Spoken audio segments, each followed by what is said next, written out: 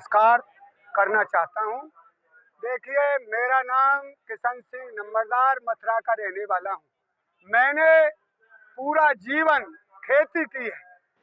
जिसने फावड़ा चलाया है, जिसने कसरत की है, जिसने शरीर में से पसीना निकाला है, जिसने खून को पसीना बनाया है, किसान की मेहनत से जो होता है उसको किसान ही जाने।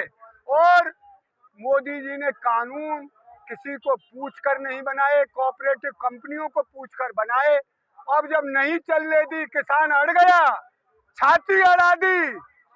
एक हम अपने बच्चों के भविष्य को खराब नहीं होने देंगे, हम हिंदुस्तान को नहीं बिकने देंगे, अपनी जमीनों को हम कंपनियों को गिरवी नहीं करने देंगे। जब इसने समझ लिया, चुनाव का एक देखते हुए इनकी सभाओं में क्या हुआ है देखा है, योगी मोदी मुर्दाबाद के नारे लग गए और वहां कुर्सी खाली पड़ी रह गई, तो इन्होंने सर्वे करा लिया, जनता बिगड़ गई। तो इन्होंने अपने आप कानून मतलब इनको जब लगा कि ये चुनाव हार जाएंगे तो चुनावों की बाबत इन्होंने कृषि कानून वापस लिए।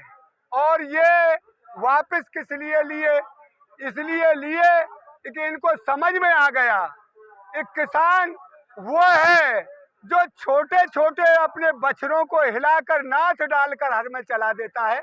किसान तो वो चीज है, बिगड़े बैल को अपने काबू में कर लेता है। अब चूंकि बिलों की वापसी तो सरकार के द्वारा, भले ही आप जैसे कह रहे हैं कि चुनाव को देखते हुए या जिस भी तरह से वापसी तो हो गई, अब किसान क्या चाहते हैं? देखिए, हमारी मांग आज की नहीं है, ये अंग्रेजों के जमाने से मांग चली आ रही है। अंग्रेजों को जमाने में भी जो हमारा पहले खेती ऐसी थी जो किसान पर थोड़ा बहुत होता था उसे बेचता था तो 1 रुपए की कीमत में उसे 60 पैसा मिलता था।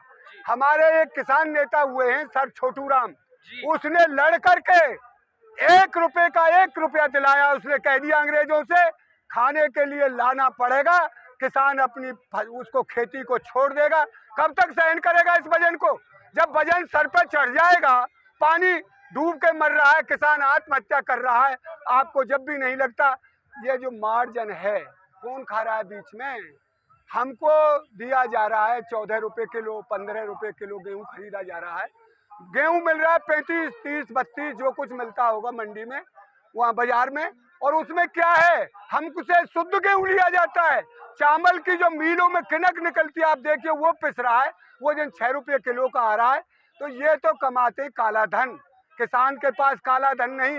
किसान तो अपनी वास्तविक कमाई मांग रहा है, एक हम जो खून पसीने की कमाई से कमाते हैं वो हमें पूरी मिलनी चाहिए। आपने जैसे सर छोटू राम की बात की है, सर छोटू राम अगर मैं गलत नहीं हूँ तो जिन्होंने भाखड़ा नाग बांध के निर्माण में अपनी भूमिका अदा की थी, ये वही रहे। और इन्होंने किसी जमाने के समय में 11 रुपए मन, 10 रुपए मन में गेहूं को मतलब बेचने में सहयोग किया है किसानों का। बिल्कुल। परंतु मैं आपसे ये जानना चाहता हूँ इतिहास के नाते से कि क्यों उन सर छोटू राम का नाम हम इतिहास में या फिर किताबों में बहुत कम पढ़ते हैं? देखिए, ये सरकारों का दुर्भाग्य है।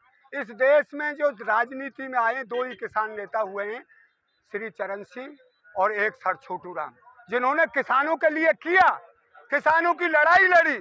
पर ये सरकारों ने एक ऐसा जालिम जो ये सरकार आई है, इसने हमको डाइवर्ट करके हमारे दिमाग को फेर दिया।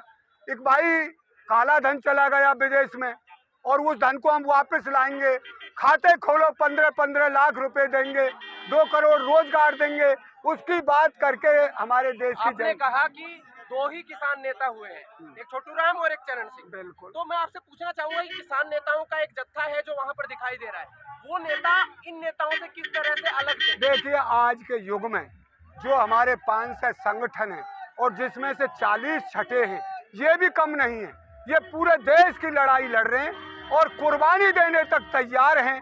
और किसान आज कुर्बानी के लिए बैठा है, पर इन जुल्मों को सहन नहीं करेगा, ना जुल्मों को अपने ऊपर लगने देगा।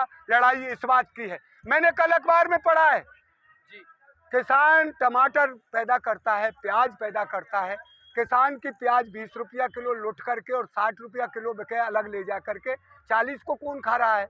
और किसान का टमाटर 30-35 रुपया किलो ले करके और वो 70 और 80 मिल रहा है, उसे कौन खा रहा है? हम चाहते हैं कि हमें न्यूनतम समर्थन मूल्य की गारंटी मिले।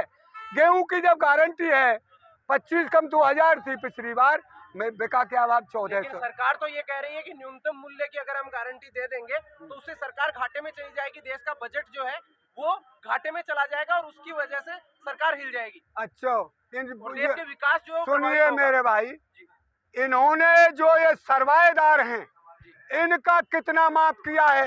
उससे बजट घाटे में नहीं गया। 38 लाख करोड़ 38 लाख करोड़ पूंजीपतियों का तो माफ कर सकते हैं। कब से? 2006 से और 2019 तक 38 लाख करोड़, और इन 2 सालों में 11 लाख करोड़ उनका तो माफ कर सकते हैं। किसानों को उसकी फसल का दाम नहीं दे सकते। क्यों नहीं दे सकते? किसान को ये गरीब रखना चाहते हैं। क्यों गरीब रखना चाहते हैं? किसान हमारे सामने खड़ा ना हो। इनकी आदत है। इनके एक हुए हैं गोलवरकर जी, उन्होंने एक किताब लिखी है। ये जनसंघी हैं, ये RSS हैं। उन्होंने एक किताब लिखी है, जब किसी को किसी देश